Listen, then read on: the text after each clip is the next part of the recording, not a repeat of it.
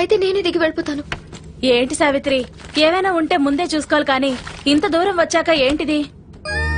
దూరం అయినప్పుడే దగ్గర వాళ్ళ వాల్యూ తెలుస్తుంది. నేను ఇంకా వాళ్ళకి దూరం అవడం నాకు ఇష్టం లేదు మ్యామ్.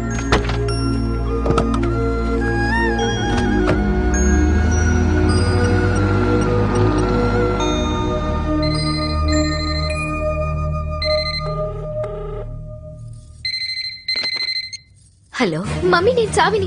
డాడీతో మాట్లాడాలి. అలాగేనమ్మా. ఏమండి, అమ్మాయి సావిత్రి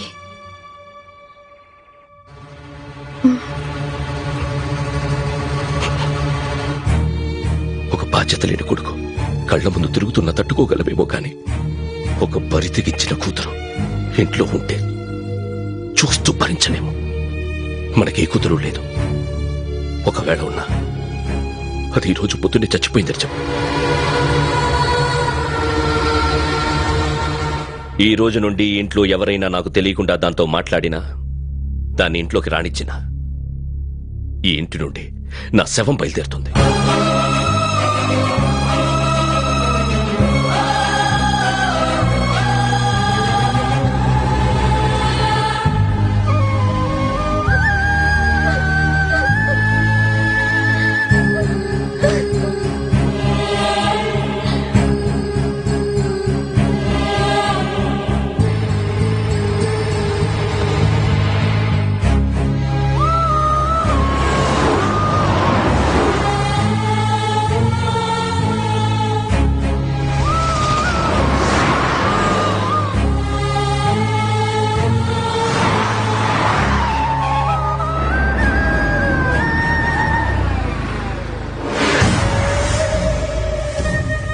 ఇప్పుడే లాంచ్ అయిన స్లిమ్ ల్యాప్టాప్ లో సూపర్ గా ఉంది. దిగండి రా. వావ్, డెస్క్ టాప్ అదిరింది. అవునన్నా. Hey babe, don't be serious. కొంచెం కోఆపరేట్ చేసావనుకో, నువ్వేంటి, నీ ఫైల్స్ ఏంటి, దాని స్పేస్ ఎంత అని ప్రాపర్టీస్ అన్ని చెక్ చేస్తా కూల్ గా. దీంతో ఏంటి మాటలు? కూల్. కేబుల్ దగ్గర షాక్ పుట్టింది కదా అని మనం సిపియు మీద కోపం చూపిస్తామా? ఎర్తింగ్ ఇచ్చి కూల్ చేయము. ఇది అంతే. 4 రోజులు ఫుడ్ పెట్టకుండా మన ఫ్లాట్ లో పడి టార్చర్ పెడితే అదే మనల్ని ఇన్వైట్ చేస్తుంది చాటింగ్ కి. ఎక్కించండి రా, వాల్యూమ్ తగ్గించి రావే.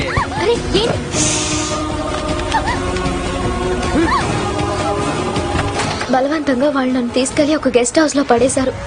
నాకేం చేయాలో అర్థం కాలేదు. కానీ నా టైం బాగుండి అప్పుడు వాళ్ళకేదో ఫోన్ వచ్చి అందరూ బయటికి వెళ్ళిపోయారు. తప్పించుకోవడానికి ఇదే మంచి ఛాన్స్ అనుకున్నాను. But no way. ఏం చేద్దాంరా దేవుడా అని ఆలోచిస్తుండగా అనుకోకుండా నువ్వు వచ్చావు. నేను అడ్డం పెట్టుకుంటే ఈజీగా బయటపడొచ్చు అనుకున్నాను. అందుకే నీకు అబద్ధం చెప్పాను. I'm sorry.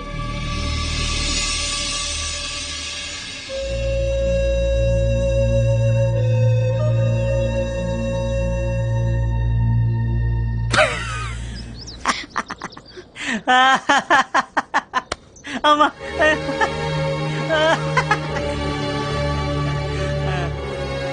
నువ్వు ఇచ్చిన బిల్డప్ చూసి అరుంధతికి ఉన్నంత ఫ్లాష్ బ్యాక్ ఉందనుకున్నాను. తొక్కలోది. ఇదో ఫ్లాష్ బ్యాక్, నీతో ప్రాబ్లము. మీ ఊరి పేరేంటి?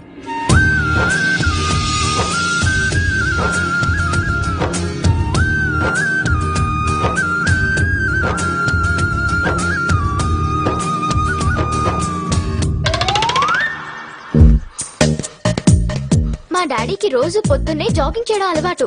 అందరూ ఆరోగ్యం కోసం జాగింగ్ చేస్తారు, కానీ మా డాడీ మాత్రం తన లవ్ స్టోరీని గుర్తు తెచ్చుకోవడానికి జాగింగ్ చేస్తారు. మా డాడీ టీనేజ్ లో ఉన్నప్పుడు ఒక అమ్మాయిని చూశారంట. అంతే, ఫట్మన్ లవ్ లో పడిపోయారు. ఇంకేముంది, చెట్టా పట్టాలు వేసుకుని తిరగడం మొదలు పెట్టారు. అన్ని లవ్ స్టోరీస్ లాగానే మా డాడీ లవ్ స్టోరీ కూడా ఒక రొటీన్ డిస్టర్బెన్స్ ఉంది. అదే ఇద్దరు వేరే వేరే పెళ్లిలు చేసుకుని విడిపోవడం. మా డాడీ ఆమెను ఇంకా మర్చిపోలేదు. అందుకే ఆవిడ పేరు నాకు పెట్టి రోజు వాళ్ళ లవ్ స్పాట్ వెళ్లి ఎర్ర చేపలకి దానా వేస్తుంటారు. అక్కడ ఎర్ర చేపలుంటాయని ఆ ఆంటీకి మా డాడీకి తప్ప ఇంకెవ్వరికీ తెలీదు. మరి నాకెలా తెలుసు అనుకుంటున్నారా? మా డాడీ పర్సనల్ డైరీ నేను చదివేశానుగా.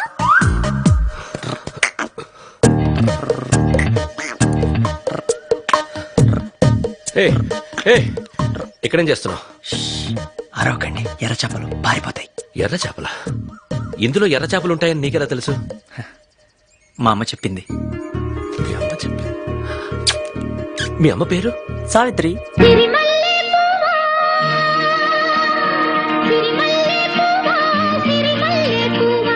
చిన్నారి చిలకమ్మ నావాడు ఎవరే నా తోడు ఎవరే ఎన్నాళ్ళకొస్తాడే ఆ, మీ అమ్మ నీతో వచ్చిందా? ఆ? ఇంకెక్కడమ్మా, ఎర్ర చేపల కోసం నీళ్ళలోకి దిగి కాల్జారి కొట్టుకుపోయింది.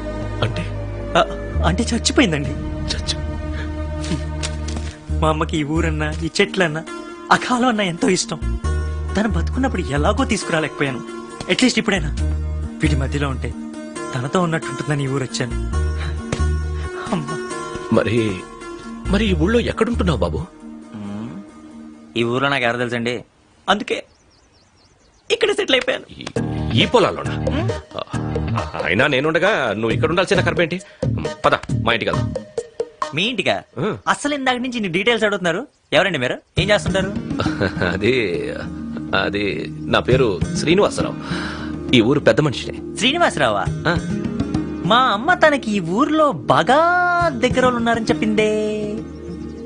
కొంపతీసది మీరేనా? తెల్లారబోతుంటే నా కల్లోకి వస్తాడే కళ్ళారా చూద్దామంటే నా కళ్ళు మూస్తాడే ఆ అందగాడు నా ఈరు జోడు ఏడే అంటే తను కూడా నాలాగే నన్ను మర్చిపోలేదన్నమాట. నీ పేరేంటి బాబు? శ్రీనివాసరావు. చుక్కల్లారా దిక్కులు దాటి వాడెన్నాళ్ళకొస్తాడో సిరిమల్లె పువ్వా సిరిమల్లె పువ్వా సిరిమల్లె పువ్వా చిన్నారి చిలకమ్మ నావాడు ఎవరే నా తోడు ఎవరే ఎన్నాళ్ళకొస్తాడే అంకిల్, అంకిల్, ఎక్కడికో వెళ్ళిపోయినట్టున్నారు. పద ఇంటికి వెళ్ళి మాట్లాడుకుందాం. Okay uncle. రారా. ఏంటి ఒక పనోడు కనపడటం లేదు? ఎక్కడ పోయారు? ఎక్కడ చచ్చారా మీరంతా? ఏంటి ఇతను పనోడు అనుకుంటున్నారా? కాదు, మా పెద్ద బాబాయ్. పేరు ఆనంద్. మంచి అప్పడం లాంటి మనిషి.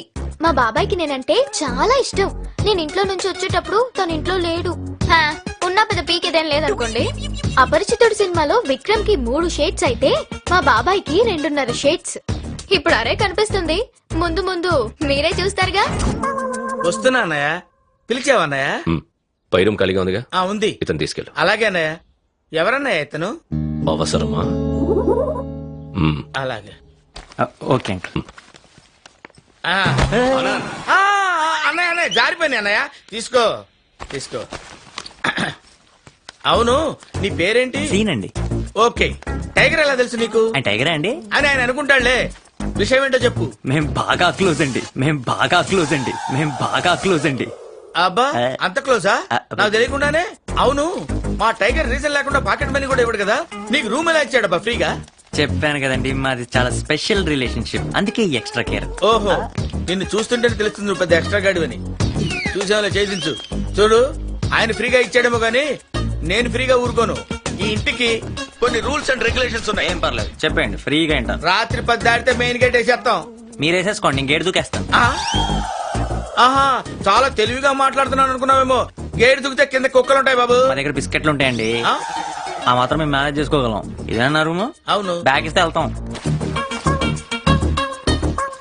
అమ్మా, వీడు సామాన్యుడు కాదు, పెద్ద టెంకే. చూస్తా.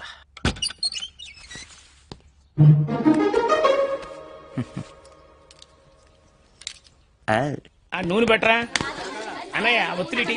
నువ్వు కొంచెం వాయిస్ తగ్గించరా బాబు, నీ పుణ్యం ఉంటది. హాయ్, ఏంటలా చూస్తున్నారు? ఆనంద్ గారు నా గురించి చెప్పలేదా? ఈడో పెద్ద సీఎం. సైన్స్ అయ్యని హార్న్ కూడా చెప్పాలి. ఆనంద్ గారు మిమ్మల్ని నా గురించి చెప్పలేదా? మర్చిపోయానయ్యా. ఇతని పేరు సీను అని, అన్నయ్య గారికి బాగా కావలసిన వాడు. పై రూమ్ లో ఉంటున్నాడు ఫ్రీగా. నేను వస్తాను బాబు. సార్ వెళ్ళిపోతారేంటండి?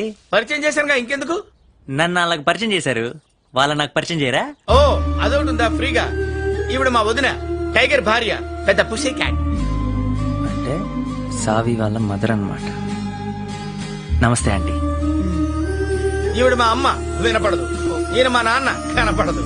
మరి వీడు మా తమ్ముడు గొంగూరు గొంతేసుకుని వాగుతుంటాడు. ఇది మా జాయింట్ చెల్లి, దీని భర్త అతను. హలో. ఇది వాళ్ళ కూతురు. పోతే వీడు మా అబ్బాయి నొట్ట చేది. ఇది నా వైఫ్, అది నా కూతురు. మేమందరం కలిసే ఉంటాం. అది మా ఫ్యామిలీ ఫోటో.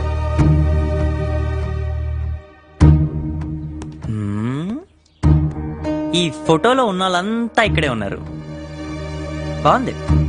మరి ఈ అమ్మాయి ఎవరు? అడుగుతుంటే చెప్పరేంటండి, అమ్మాయి ఎవరు?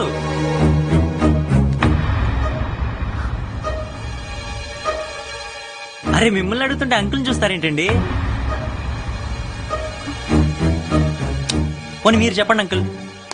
చూడు, నిన్ను నేను ఈ ఇంట్లో ఉండమన్నాను గాని అన్నిట్లో తలదూర్చమనలేదు. నీ హద్దుల్లో నువ్వు ఉంటే చాలా మంచిది. అర్థమైందా?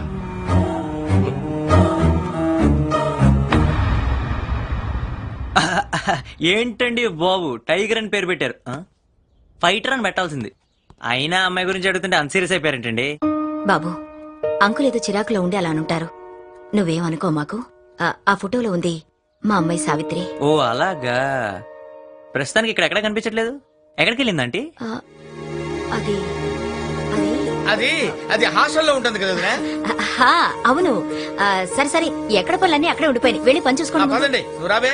ఈ పూజ మా ఇంట్లో చాలా గ్రాండ్ గా చేస్తారు. ఈ రోజు కృష్ణుని పూజించాక అందరూ పెద్దవాళ్ళ కాళ్ళకి దండం పెట్టి ఆశీర్వాదం తీసుకుంటారు. ఇలా ఎందుకు చేస్తారో నాకైతే కరెక్ట్ రీజన్ తెలియదు, కానీ ఇది మా వంశాచారం. ఇది ఎవ్వరూ మిస్ అవ్వకూడదు. ఒకవేళ మిస్ అయితే అది అపశకునం అని మా పెద్దవాళ్ళు ఫీల్ అవుతారు. బట్ ఫస్ట్ టైం నేను మిస్ అవుతున్నాను. అయ్యో లామ లాడే శ్యామ దొంగలడులాడు గోవిందుడు వెన్నే దోచి మన్నే పోసి చీరెత్తుకెళ్ళాడు శ్రీకృష్ణుడు.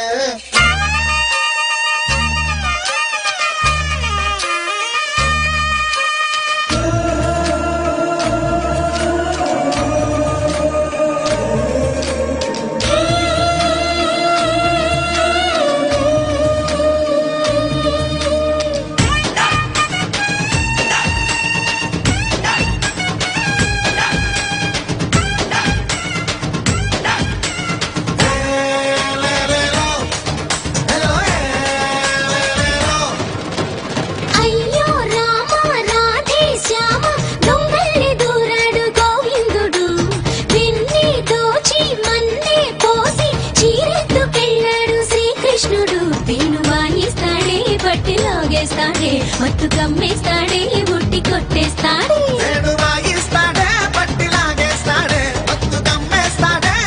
కొట్టేస్తాడే. అయ్యో రామ రాధే శ్యామ దొంగల్ని దూరాడు గోవిందుడు వెన్నే దోచి మన్నే పోసి చీరెత్తుకెళ్ళాడు శ్రీకృష్ణుడు.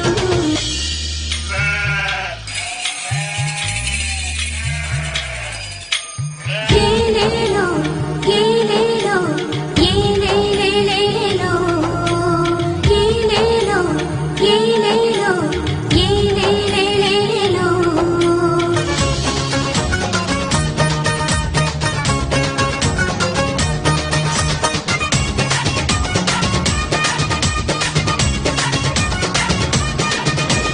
గోదారి గట్టుపై గోప్యమ్మ ఆడగా మర్రి